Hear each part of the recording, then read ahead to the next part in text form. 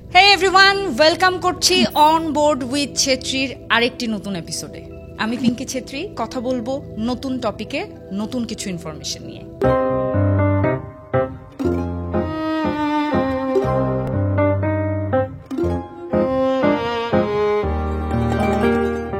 2018 সালের নভেম্বর মাসে জন এলেন চাও নামের 26 বছরের একজন আমেরিকান মিশনারি বা তাকে সেই সময় ধর্মপ্রচারক হিসেবেও অনেকে চিনে থাকতেন। তিনি ডিসাইড করেন অবৈধভাবে এশিয়ার নর্থ সেন্টিনেল আইল্যান্ডে যাবেন। এই আইল্যান্ডের মানুষদের আমরা নর্থ সেন্টিনেলিজ ট্রাইবের অংশ হিসেবে ধরে থাকি। যারা এই আইল্যান্ড সম্পর্কে অলরেডি পড়েছেন বা জানেন তারা হয়তো আমার এই গল্পের সাথে একটু রিলেট করতে পারবেন। এটি সম্ভবত পৃথিবীর শেষ যোগাযোগবিহীন ট্রাইব। এর মানে হলো এরা পৃথিবীর ব্যাপারে কিছুই জানে না। জন এলেন চাও একজন খ্রিস্টান এবং সে তার ধর্ম নিয়ে খুবই অবসেস ছিল। সে চেয়েছিল এই আইল্যান্ডের সবাই যেন তার ধর্ম গ্রহণ করে। তাই সে একদিন এই নর্থ সেন্টিনেল আইল্যান্ডের কাছের একটি সমুদ্রের পাড়ে যায় এবং একটি জেলেকে কিছু টাকা ঘুষ দিয়ে আইল্যান্ডের দিকে রওনা দেয়। 2018 সালের 14 নভেম্বরে এবং রাতে সে নর্থ সেন্টিনেলের দিকে যাত্রা শুরু করে। সে রাতে এজন্য যাত্রা করে যেন কোস্ট গার্ড তাকে দেখতে না পায়। জন এলেন চাও তার সাথে একটি গোপ্রো ক্যামেরা, কিছু কেচি, একটি কায়াক নৌকা, কিছু শুকনো মাছ, ফুটবল ও বাইবেল নিয়ে যায়। শুকনো মাছ, ফুটবল ও বাইবেল নিয়েছিল ট্রাইবের মানুষদের গিফট করার জন্য। 15 নভেম্বর সকালে যখনই সে নর্থ সেন্টিনেলের কাছাকাছি পৌঁছে যায় তখন সে তার কায়াক নৌকা দিয়ে বাকি পথ একা পাড়ি দেওয়া শুরু করে। আইল্যান্ডে পৌঁছানোর পর তিনি সেখানে কয়েকটি ঘর ও কিছু মহিলাদেরকে দেখতে পান। সে তাদের কাছে যেতে না যেতেই দেখা যায় কিছু পুরুষ হাতে তীর নিয়ে জনের দিকে এগিয়ে আসতে থাকে। তখন জন সবাইকে বলেন, my name is John, I love you and Jesus loves you. এবং তার সাথে তিনি বলেন, জিজাস ক্রাইস্ট আমাকে আপনাদের সাথে দেখা করতে বলেছে। এই নিন, আমি আপনাদের কাছে কিছু খাবার নিয়ে এসেছি। তারপর সেই আইল্যান্ডের লোকেরা তার দিকে তীর মারার জন্য এগিয়ে আসতে থাকে। এতে জন স্বাভাবিকভাবেই ভয় পায় এবং দৌড়ে তার কায়াক নিয়ে অন্যদিকে চলে যায়। দ্বীপের অন্যদিকে গিয়ে সে দেখে 6 জন সেন্টিনেলিস জনের দিকে তাকিয়ে চিৎকার করছে লিটারেলি এবং তাদের ভাষায় কিছু বলছে। আজ পর্যন্ত পৃথিবীর কেউই এই সেন্টিনেলিসদের ভাষা শিখতে বা বুঝতে পারেনি। তারপর জন ধীরে ধীরে তাদের কাছে যাওয়া শুরু করে এবং একটি নিরাপদ দূরত্বে দাঁড়িয়ে জন নিয়ে আসা উপহারগুলো তাদের দিকে ঢিল দিতে থাকে। সেখানে একটি বাচ্চা এবং সাথে একটি মহিলাও দাঁড়িয়েছিল এবং সেই সাথে তাদের হাতে ধনুক ছিল। জন সেখানে বাচ্চাটির সাথে কথা বলার চেষ্টা করেন, কিন্তু তখনই অন্য এক সেন্টিনেলিস তার কায়াক চুরি করে পালিয়ে যায়।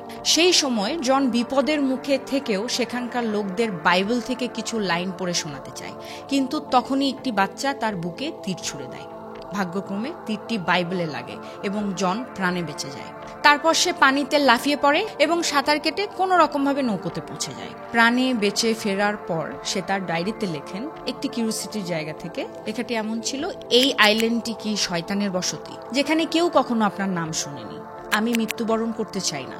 আমার মনে হয় এখান থেকে চলে যাওয়াই উচিত। কিন্তু সৃষ্টিকর্তাকে নিয়ে জন অনেক অবসেসড ছিলেন। সে ভাবল এই আইল্যান্ডে যাওয়া এবং সেখানকার মানুষদের কাছে ধর্ম প্রচার করাই তার জীবনের একমাত্র লক্ষ্য। 2018 সালের 16 নভেম্বরে জন তার পরিবারকে একটি চিঠি লিখেন। সেখানে লেখা ছিল, যদি তার মৃত্যু হয় তাহলে যেন আইল্যান্ডের লোকদেরকে কেউ দোষারোপ না করে। এবং অবশেষে জন আবারও সেন্টিনেল আইল্যান্ডে পৌঁছে যান, কিন্তু এবার জন আর ফিরে আসতে পারেনি। জনের সাথে সেখানে যাওয়া জেলেটি জানায়, দূর থেকে দেখা যাচ্ছে সেন্টিনেলিস লোকেরা একজন মানুষকে বালির নিচে পুঁতে দিচ্ছে।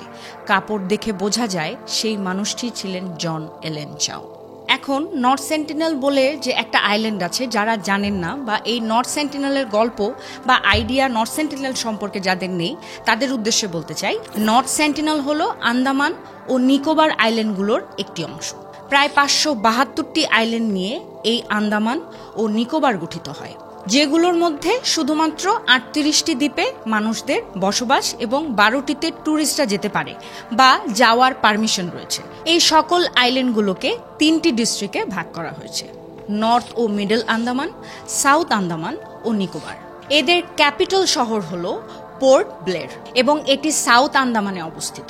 নর্থ সেন্টিনেল এই পোর্ট ব্লের শহর থেকে মাত্র 50 কিলোমিটার দূরত্বে অবস্থিত। এই আইল্যান্ডটি আয়তনের দিক থেকে খুবই ছোট, যা মাত্র 60 স্কয়ার কিলোমিটার, কিন্তু এই আইল্যান্ডের পুরোটাই জঙ্গল। এখানে বসবাসরত মানুষদের নর্থ সেন্টিনেলিস বলা হয় এবং এই নামটি অন্যান্য মানুষরাই দিয়েছে। কিন্তু কেউই জানে না সেই জাতি নিজেকে কি বলে দাবি করে। ধরা হয় আজ থেকে প্রায় 70,000 বছর পূর্বে কিছু মানুষ আফ্রিকা থেকে চলে যায়। একে আউট অফ আফ্রিকা থিওরি বলা হয়।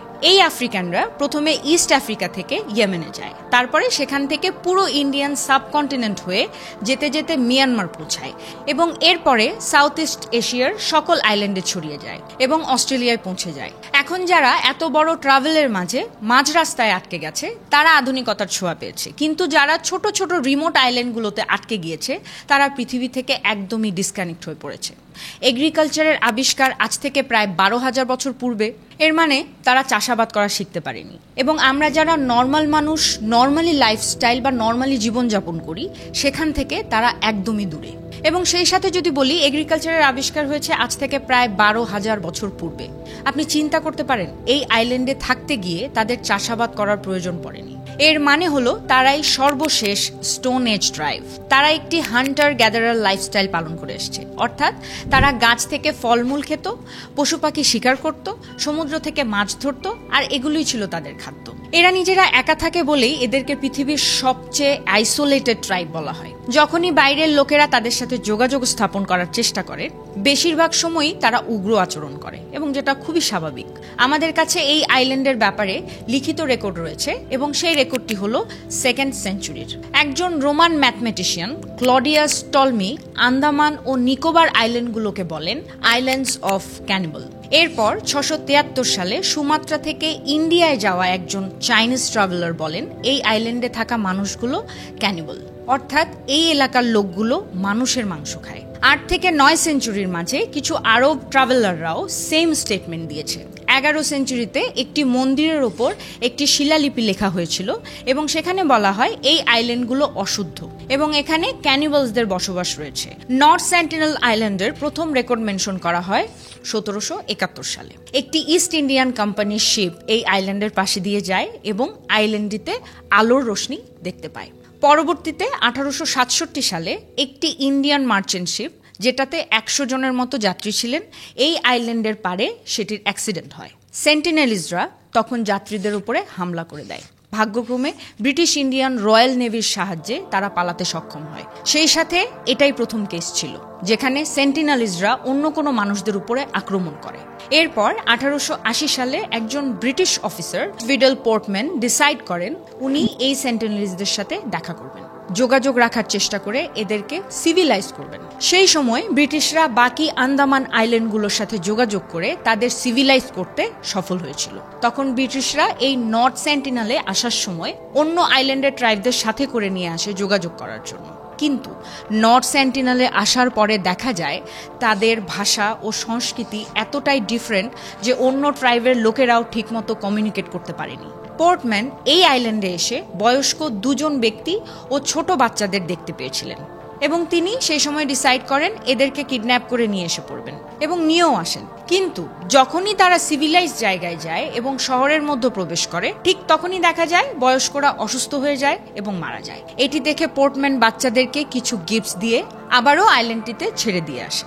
ধারণা করা হয় বাচ্চাগুলো তাদের সাথে হয়তো কিছু ভাইরাস নিয়ে গিয়েছে এবং যা সেখানে ছড়িয়ে পড়ে, আর এতে সেখানকার কিছু মানুষও মারা যেতে পারে। তারপর 1967 সালে ত্রিলোকনাথ পণ্ডিত হয়ে যান সেই নর্থ সেন্টিনেল আইল্যান্ডের সাথে যোগাযোগকারীর প্রথম অ্যানথ্রোপোলজিস্ট। উনি তার সাথে 20 জন মেম্বার নিয়ে পৌঁছে যান সেই আইল্যান্ডে, যাদের মাঝে বিজ্ঞানী, arm force, unarmed navy officers এবং গভর্নর ছিলেন।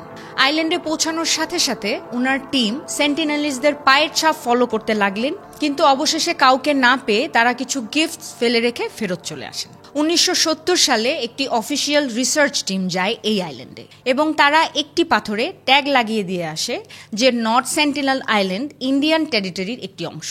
1974 সালে একটি ইন্ডিয়ান ফিল্ম ক্রু যায় এই আইল্যান্ডে, যারা এটির উপরে একটি ডকুমেন্টারি বানাতে চাচ্ছিলেন। এই টিমের সাথে আবারও ত্রিলোকনাথ পণ্ডিত ও কিছু আর্ম ফোর্স গিয়েছিল। তারা সেখানে কিছু নারিকেল রেখে আসেন, আবার একটি জ্যান্ত শূকরও রেখে আসেন তাদের গিফট হিসেবে। তারা গিফটগুলো রেখে একটু পেছনের দিকে চলে আসেন এবং দেখতে চেষ্টা করেন সেখানকার লোকেরা কেমন ভাবে রিয়্যাক্ট করে। কিছুক্ষণ পর একটি মানুষ আসে এবং ফিল্ম টিমের উপর তীর মারতে শুরু করে। তখন একটি তীর ফিল্মের ডিরেক্টরের নৌকাতে এসে লাগে। সেন্টিনেলিজরা সেই শূকরের উপরও হামলা করে দেয় এবং সেটিকে মেরে লিটারালি বালির নিচে চাপা দিয়ে দেয়। কিন্তু এই সময়েই সর্বপ্রথম নর্থ সেন্টিনেলিজদের ক্যামেরাতে রেকর্ড করা সম্ভব হয়। এরপর 1970 এবং 1980-তে কয়েকবার ত্রিলোকনাথ পণ্ডিত চেষ্টা করেন যোগাযোগ করার জন্য। তারা আইল্যান্ডে গিয়ে কিছু গিফট রেখে একটু পেছনে চলে আসতো, কিন্তু সবসময়ই একই ঘটনা ঘটতে দেখা যায়। আইল্যান্ডের লোকেরা শূকরকেও মেরে বালির নিচে পুঁতে ফেলত। একবার কিছু মানুষ সেখানে গিয়ে একটি পুতুল রেখে আসেন এবং দেখেন সেই পুতুলটিকেও তীর মেরে বালির নিচে পুঁতে ফেলে রাখে তারা। 1981 সালে বাংলাদেশ থেকে অস্ট্রেলিয়ায় যাচ্ছিল একটি মার্চেন্ট শিপ, যার নাম ছিল প্রাইম রোজ। ঝড়ের কবলে পড়ে জাহাজটি এই আইল্যান্ডে গিয়ে আটকে যায়। আবারও আগের মতোই সেন্টিনেলিজরা এসে এই জাহাজের প্যাসেঞ্জারদের উপর আক্রমণ করে, কিন্তু আবহাওয়ার কারণে তাদের তীর এই জাহাজের লোকদের হিট করতে পারেনি। জাহাজের লোকেরা ইমার্জেন্সি কল করে এবং 1 সপ্তাহের মধ্যে একটি হেলিকপ্টার এসে তাদের উদ্ধার করে নিয়ে যায়। এই ঘটনাটি নর্থ সেন্টিনেলিজদের জন্য একটি স্মরণীয় ঘটনা, কারণ সেই সময় সর্বপ্রথম তারা আয়রন দেখতে পায়। তাদের কাছে লোহার আবিষ্কার হয়ে যায়। এই ঘটনার পর যতবার তাদের সাথে যোগাযোগ করার চেষ্টা করা হয়, তখন দেখা যায় নর্থ সেন্টিনেলিজরা তাদের তীরে লোহা ব্যবহার করা শুরু করেছে এবং এই লোহা সেই জাহাজ থেকেই তারা কালেক্ট করেছিল। আর এই শিপটি গুগল ম্যাপে আজও নর্থ সেন্টিনেল আইল্যান্ডের নর্থ সাইডে দেখা যায়। তারপর 1991 সালে ইতিহাসে একটি বড় মোড় আসে এবং এই বছরই নর্থ সেন্টিনেলিজদের কাছ থেকে নতুন একটি দৃশ্য দেখা যায়। সেটি হলো এই বছরই নর্থ সেন্টিনেলিজদের কাছ থেকে প্রথম ফ্রেন্ডলি রেসপন্স পাওয়া যায়। সেই বছর জানুয়ারিতে ইন্ডিয়ান অ্যানথ্রোপোলজিস্ট মধুমালা চট্টোপাধ্যায় তার ছোট্ট একটি টিম নিয়ে কোনো রকম অস্ত্র ছাড়া এবং অনেকগুলো নারকেল নিয়ে নর্থ সেন্টিনেলে পৌঁছান। এইবার সেখানকার স্থানীয়রা এই নারকেলগুলো ফ্রেন্ডলিভাবে গ্রহণ করে নেয় এবং প্রথমবারের মতো কোনো নারী সেখানে যায়, কারণ এর আগে দেখা যায় যারাই গিয়েছে তাদের মধ্যে সবাই পুরুষ ছিলেন। মনে করা হয় একজন নারী সেখানে যাওয়ার কারণে হয়তো সেন্টিনেলিজরা কোনো আক্রমণ করেনি তার উপর। এখানে আরেকটি শকিং ঘটনা রয়েছে। এই টিম সেদিন চলে যায় এবং তারপর দিন আবারও আসে, কিন্তু এবার একজন লোক তাদের দিকে তীর তাক করে ধরে এবং তীর ছোড়ার চূড়ান্ত মুহূর্তে একজন সেন্টিনেলিজ নারী এসে তাকে থামিয়ে দেয় এবং না মারার জন্য ইশারা করে।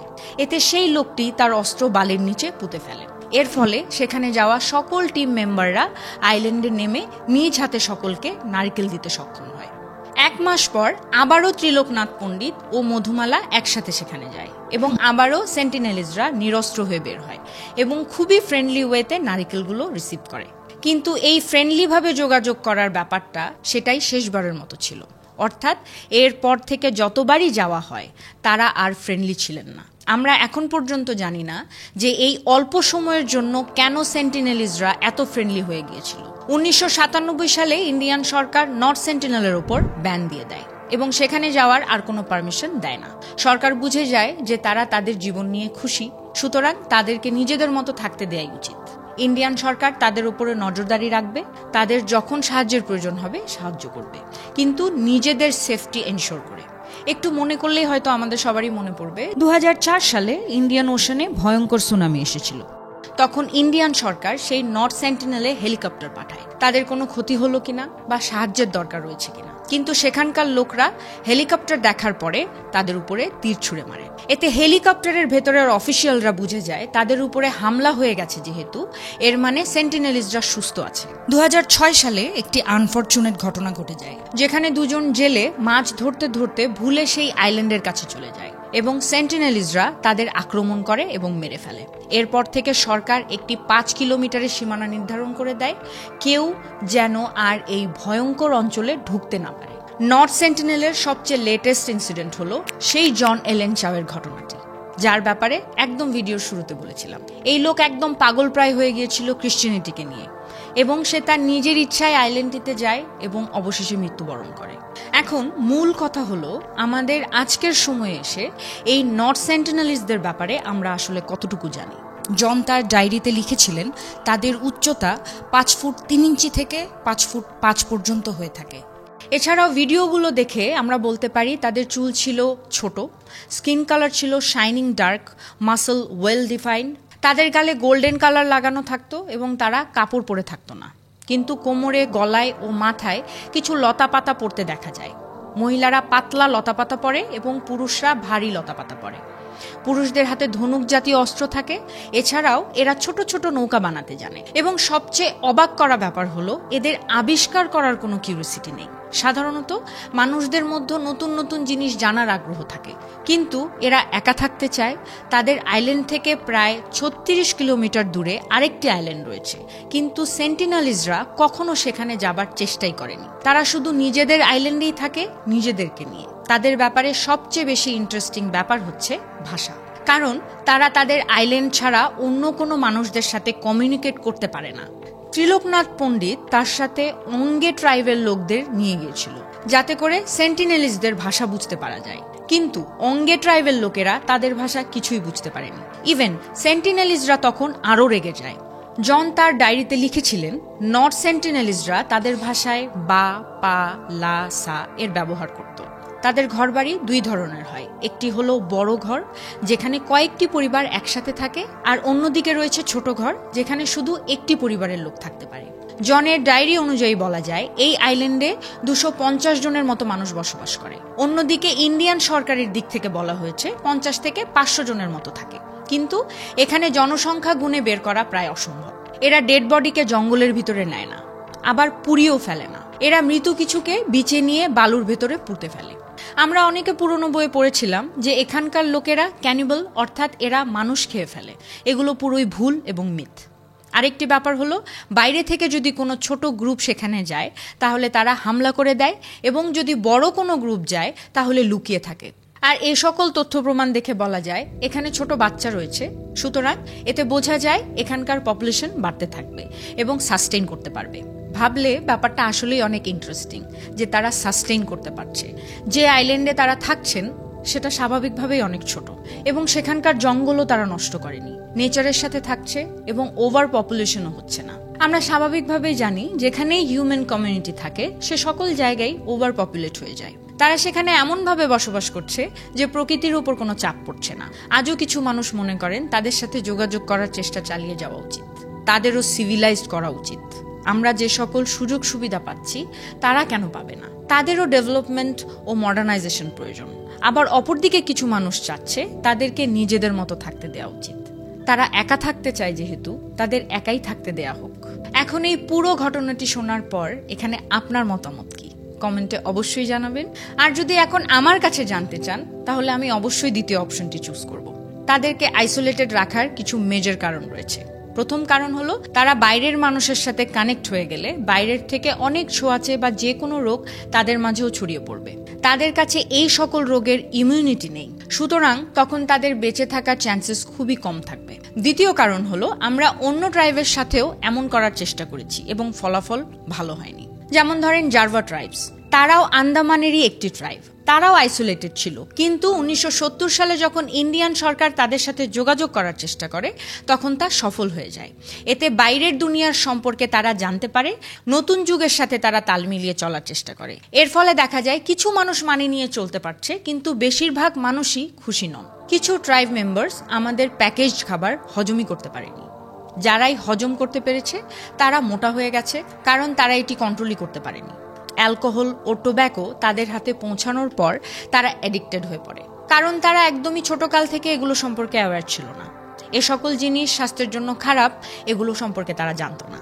আবার এত বছর ধরে এদের যে সংস্কৃতি বা ভাষা রয়েছে এগুলো তারা ভুলে যাবে। 1858 সালে ব্রিটিশরা যখন প্রথমবার আন্দামান ও নিকোবর আইল্যান্ডকে কলোনাইজ করতে আসে তখন সেখানে 5000-এর মতো আন্দামানিজ ট্রাইব ছিল, যা এখন দাঁড়িয়েছে মাত্র 41টিতে।